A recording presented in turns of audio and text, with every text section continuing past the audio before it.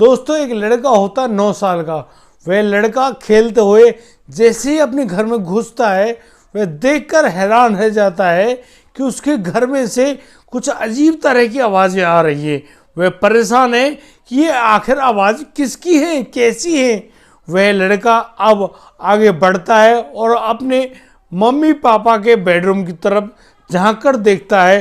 वह ये देखकर हैरान रह जाता है कि उसकी माँ किसी और लड़के के साथ शारीरिक संबंध बना रही है और वो लोग बिल्कुल आपत्तिजनक स्थिति में हैं और बहुत अजीब तरह की आवाज़ें निकाल रहे हैं।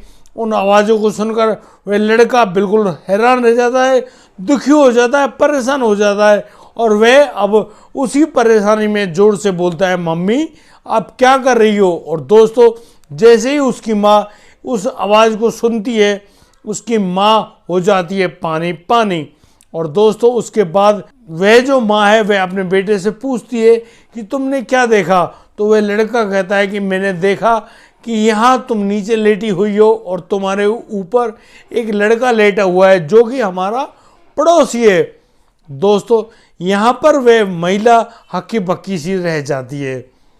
अब वह महिला सोच रही है कि मेरा यह खुलासा यदि इस लड़के ने सभी लोगों को बता दिया या अपने पिता को बता दिया तो मेरी बड़ी किरकिरी होगी और कहीं कोई बुरा कांड ना हो जाए मेरे साथ। इसीलिए वह महिला सोच रही है कि किसी न किसी तरीके से इस लड़के का मुंह बंद किया जाए। अब वह महिला एक ऐसा कदम उठाती है अपने परिवार में कि हर कोई हक्का बक्का रह गया।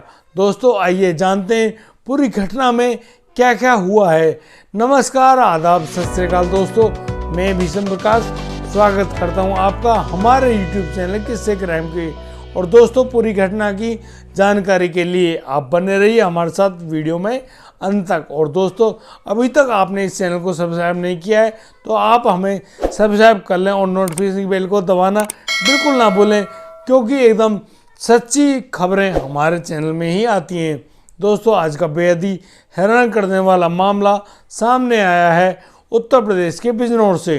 दोस्तों बिजनौर ज़िले का एक नीमका नामक थाना क्षेत्र होता है और इसी थाना क्षेत्र के अंतर्गत आने वाले एक गांव के अंदर इस प्रकार की एक घटना जब सामने आई तो पूरा गांव में सनसनी फैल गई। सभी लोग हक्के बक्के रह गए कि एक माँ अपने बेटे के साथ इतना बुरा कृत्य कैसे कर सकती है। दोस्तों मैं आपको बता दूं कि जैसे कि सुबह सुबह लोग शौच आदि करने के लिए अपने घर से बाहर जाते हैं खेतों की तरफ, ऐसे ही सुबह के करीब 6-7 बजे के लगभग करीब 4-5 लोग जा रहे होते हैं खेतों में शौच आदि करने के लिए। वहाँ पर खेत जुता हुआ पड़ा होता है और उसी खेत के अंतर्गत कुछ पक्षी होते हैं, कौवे वगैरह, वो सब पक्षी वहाँ पर इकट्ठे हैं। अब वो व्यक्ति गौर से देख रहे होते हैं कि आखिर वहाँ पे क्या पड़ा हुआ है। यहाँ पर एक व्यक्ति कहता है कि हो सकता है कोई जानवर वगैरह हो, लेकिन उन लोगों को कुछ नीले रंग की चप्पलें दिखाई देती हैं। वो कहते हैं भाई अगर जानवर होगा तो क्या जानवर चप्पल पहनेगा। तो यहाँ पर जो दूसरा साथी होता है वह कहता है अरे चल कर देखते हैं भाई कौन है क्या है। यहाँ पर जैसे ही वो लोग आगे बढ़ते हैं वो लोग देखकर बिल्कुल हैरान रह जाते हैं कि यहाँ पर एक 9 साल के लड़के की लाश पड़ी हुई है। ये लड़का कोई और नहीं, इस लड़के का नाम तो अंकित है जो कि उनके पड़ोस का रहने वाला है और उसी मोहल्ले में रहता है। यहाँ पर एक व्यक्ति बहुत ज़ोर से परेशान हो जाता है, कांपते हुए अपने फ़ोन को निकालता है और फिर अब वह व्यक्ति अपने घर पर सूचना देता है और कहता है कि राजेश के घर में जाकर उसको बताया हो कि उसका बेटा जो अंकित है वह मृत अवस्था में यहाँ पर पड़ा हुआ है। वह रात को काफ़ी रात तक हमसे पूछता रहा कि उन्होंने अंकित को देखा। अब हम बता रहे कि हमने अंकित को देखा जो कि उस खेत में मृत पड़ा हुआ है। आखिर उस लड़के की हत्या किसने कर दी है। दोस्तों जैसे कि राजेश को सूचना मिलती है, राजेश अब तुरंत उस खेत में पहुंचता है और वहां वह गला फाड़ फाड़ कर रो रहा होता है क्योंकि उसका इकलौता बेटा अंकित वहां पर मृत पड़ा हुआ है। दोस्तों यहाँ पर अंकित का पिता राजेश देखता है कि किसी ने उस अंकित के ऊपर एक ऐसा धारदार चाकू से जानलेवा हमला किया है जिसके चलते अब वह जो लड़का है जिसका नाम अंकित है उसको मार दिया है। दोस्तों यहाँ पर अब उन लोगों की सूझबूझ के साथ पुलिस के पास भी फ़ोन किया जाता है और पुलिस को बुलाया जाता है मौके वारदात पे। दोस्तों पुलिस के आने पर अब उस लड़के के शव को ले जाया जाता है सरकारी अस्पताल, और सरकारी अस्पताल ले जाने के बाद अब उस लड़के का पोस्टमार्टम होता है। दोस्तों करीब 6 घंटे के बाद उस लड़के की पोस्टमार्टम की रिपोर्ट आती है। तो यहाँ पर पुलिस कहती है कि पहले इस लड़के के गले को दबाया गया है, जोर से इसका गला घोंटा गया है, उसके बाद धारदार चाकू का इस्तेमाल करते हुए इसका गला काट दिया गया है। दोस्तों ऐसा किसने किया, यह बहुत बड़ी गुत्थी बन गई थी पुलिस के पास, और पुलिस बहुत ज़्यादा परेशान है इस बारे में सोचते हुए कि आखिर उस लड़के 9 साल के अंकित की किसने हत्या की है। यानी कि उस 9 साल के बच्चे की तो किसी से दुश्मनी भी नहीं हो सकती। ये छोटे मोटे झगड़े बच्चों वाले ये तो होते हैं, लेकिन कोई व्यक्ति या कोई यह जो हत्या की गई है यह तो किसी बड़े व्यक्ति ने करी है, और इसी हत्या के चलते उसके गले को पहले घोटा गया है और उसके बाद धारदार चाकू से इसको काट भी दिया गया है। अब पुलिस हैरान है, परेशान है कि आखिर किसने इतने खतरनाक कदम को उठाया है। दोस्तों पुलिस के लिए अब ये अंकित की हत्या वाला जो केस है ये एक ब्लाइंड केस बन जाता है, और पुलिस अब हर तरीके से खोजबीन करना चाहती है, छानबीन करना चाहती है कि आखिर उस लड़के अंकित की हत्या किसने करी है। दोस्तों अब पुलिस उसी छानबीन के दौरान अब पहुंचती है उस राजेश के उस गांव में, और उस गांव में बारीकी से छानबीन कर रही होती है, पूछताछ कर रही होती है। तो यहाँ पुलिस को जानकारी मिलती है कि जो राजेश नाम का जो ये व्यक्ति है ये एक सिक्योरिटी गार्ड का कार्य किया करता है, और ये ड्यूटी करता है गाज़ियाबाद में, जो कि उत्तर प्रदेश का एक प्रसिद्ध ज़िला है। वहाँ पर नौकरी के चलते अब राजेश का कभी कभार ही अपने घर आना होता है। राजेश के घर में उसका बेटा अंकित होता है और उसकी पत्नी जिसका नाम रानी होता है। रानी अपने घर में अपने बेटे अंकित के साथ रहती है। दोस्तों पुलिस अब रानी से पूछताछ करने के लिए जाती है। दोस्तों अब जब पुलिस राजेश की पत्नी रानी के पास जाती है पूछताछ करने के लिए, तो यहाँ पर रानी बहुत तेज रोती है और बिलखते हुए कहती है कि साहब कोई महिला, कोई माँ अपने बेटे को इतनी बुरी तरीके से कैसे मार सकती है। यहाँ पर वह कहती है कि उसने अपने बेटे की हत्या नहीं की है, और उसका बेटा तो शाम के वक्त से ही गायब है, वो कहाँ पर चला गया है हमको उसके बारे में कोई जानकारी नहीं है।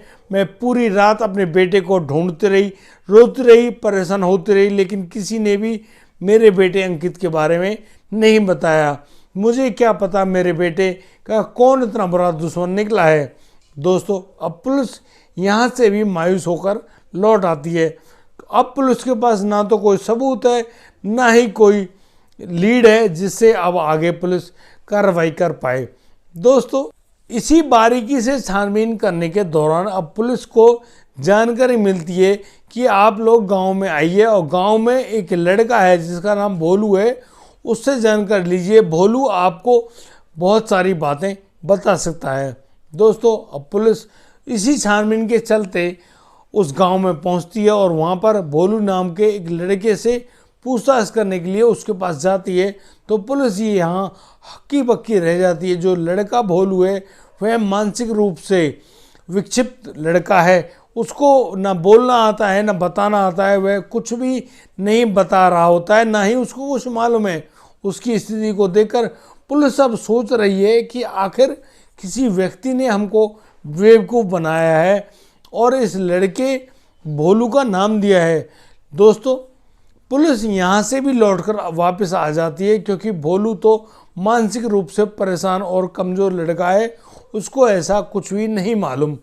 पुलिस अब उस नंबर के बारे में छानबीन करती है, आगे बढ़ती है, जिस नंबर से यह जानकारी मिली थी कि इस बारे में जानकारी है भोलू को। दोस्तों अब पुलिस उस नंबर पे फ़ोन करती है और उस नंबर से उस लड़के के बारे में पूछा जाता है। तो अब वह लड़का बता रहा होता है कि उसका नाम हरीश कुमार है और उसको जानकारी मिली थी कि भोलू के पास इसके बारे में सही और पुख्ता जानकारी है, क्योंकि भोलू उस हत्यारे को जानता है। दोस्तों, इसी छानबीन के दौरान पुलिस अब बहुत सारे नंबर्स को ले चुकी होती है। वह इनमें वो नंबर होते हैं राजेश के और राजेश की पत्नी रानी के, और अब हरीश का नंबर भी आ जाता है। पुलिस अब इन तीनों नंबर की सीडीआर रिपोर्ट निकलवाती है और उसी सीडीआर रिपोर्ट के दौरान पता चलता है कि वह जो हरीश कुमार नाम का लड़का है उसकी अक्सर बातें होती हैं राजेश कुमार की पत्नी रानी से। दोस्तों, अब यहाँ पुलिस को एक लीड मिल जाती है कि हो ना हो यहाँ हरीश कुमार के पास जरूर कोई ना कोई पुख्ता जानकारी होगी। अब पुलिस पहुँच जाती है उस हरीश कुमार को ढूंढने के लिए, लेकिन पूरे गांव में काफ़ी ज़्यादा खोजबीन करने के बावजूद उस हरीश कुमार के बारे में कोई भी जानकारी नहीं मिलती है। उसकी जो आखिरी लोकेशन होती है वो बिहार के पटना की होती है और फिर उसके बाद से उसका नंबर स्विच ऑफ जा रहा होता है। दोस्तों, अब पुलिस उसी लीड के चलते अब राजेश की पत्नी रानी को पूछताछ करने के लिए पुलिस थाने लाती है और पुलिस थाने में बैठाकर जब रानी से पूछा जाता है तो रानी फिर दोबारा से मना कर देती है कि उसको कोई भी और किसी भी प्रकार की कोई जानकारी नहीं है कि अंकित की किसने हत्या करी है। तो यहाँ पुलिस अब उसको एक कहानी सुनाती है। वह कहती है कि एक महिला होती है, वह महिला अपने प्रेमी के साथ प्रेम प्रसंग में होती है। एक दिन जब उसका लड़का उसको अपने उसके प्रेमी की बाहों में देख लेता है तो यह बात उस प्रेमी को और उस प्रेमिका को पसंद नहीं आती है, कहीं उनका कोई भंडाफोड़ ना कर दे, इसीलिए वो प्रेमी और प्रेमिका उस बच्चे की जान ले लेते हैं और फिर उनकी गला घोंटकर हत्या कर देते हैं। दोस्तों, अब पुलिस प्रभारी विष्णु कुमार उनसे पूछ रहे होते हैं कि रानी, क्या ये बात सही है या गलत है। तो यहाँ पर अब जो रानी होती है वो बिल्कुल चुप बैठी हुई होती है। अब विष्णु कुमार कहते हैं कि रानी, हमने सारी सच्चाई जान ली है और हमको पता चल गया है कि तुमने ही तुम्हारे अपने बेटे अंकित की हत्या की है। दोस्तों, इतनी बात सुनते ही रानी की आंखों से अश्रुधारा बह निकलती है और रानी कहती है कि साहब, वही इतनी बुरी डायन है जिसने अपने बेटे की हत्या कर दी और वह हरीश कुमार से बहुत ज़्यादा प्रेम करती थी। उसके बेटे अंकित ने एक दिन जब उसका प्रेमी हरीश कुमार और वह खुद रानी अपने बेडरूम में होते हैं तो उसी समय अंकित जब बाहर से खेलकर आ रहा होता है तो वह हमको रंगे हाथों पकड़ लेता है। वह देख लेता है हमको कि हम कैसी आपत्तिजनक स्थिति में हैं। इसी बात का कहीं दुनिया में भंडाफोड़ ना हो जाए, इसी बात के डर से मैंने अंकित को चुप रहने के लिए कहा था, लेकिन अंकित है अपने बाप का बेटा। वह बार बार यही कहता है कि मम्मी, तुम अच्छा नहीं कर रही हो, मैं अब इस पूरी घटना को अपने पिताजी को बताऊंगा, वही तुमसे इस बारे में जवाब लेंगे। इसी बात का मुझे डर था और मैंने इसी बात के चलते उस रात हरीश कुमार को बुला लिया और फिर हरीश कुमार के बुलाने पर अपने बेटे को कमरे में ले जाकर गला घोंटकर हत्या कर दी और फिर धारदार चाकू मारकर उसके गले को भी काट दिया और फिर इसको उस खेत में फेंकवा भी दिया।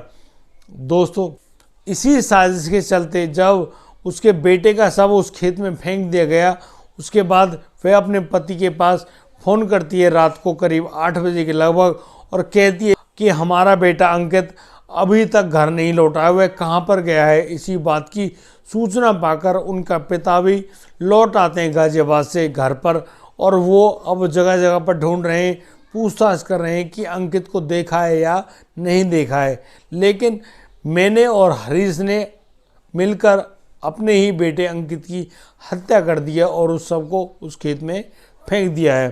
दोस्तों, यहाँ पर रानी को लगता था कि उनका बेटा अंकित उसके सारे राज खोल देगा। वह इस अवैध संबंध को चुपके पता नहीं कितने दिनों से चला रही होती है, लेकिन उस दिन वह लड़का उनको रंगे हाथों जब पकड़ लेता है तो उसी एवज में वो रानी अपने बेटे की ही जान ले लेती है। दोस्तों, एक माँ अपने बच्चे की हत्या कैसे कर सकती है। दोस्तों, आप इस घटना में जान गए होंगे कि ये लोग कितने वहशी और दरिंदे हो गए हैं। इन लोगों को कोई तमीज़ नहीं है या कोई समझ नहीं है कि ये लोग किसी के साथ क्या बुरा कृत्य करने जा रहे हैं। दोस्तों, मैं जानता हूँ मुझसे बहुत सारी गलतियाँ हो जाती हैं बोलने में, सुनाने में इन घटनाओं को, उनके लिए क्षमा प्रार्थी हूँ। और दोस्तों, यदि आपको हमारी ये वीडियो और दी गई जानकारी अच्छी लगी हो तो आप हमें लाइक करें, कमेंट करें, शेयर करें और हाँ, सब्सक्राइब करना बिल्कुल ना भूलें। दोस्तों, अब दीजिए मुझे इजाज़त। मिलता हूँ कल रात, लाता हूँ एक नया सनसनीखेज मामला। तब तक के लिए आप बढ़िया रहें, बेहतरीन रहें, अपने परिवार का बखूबी ख्याल रखते रहें। जय हिंद, जय भारत।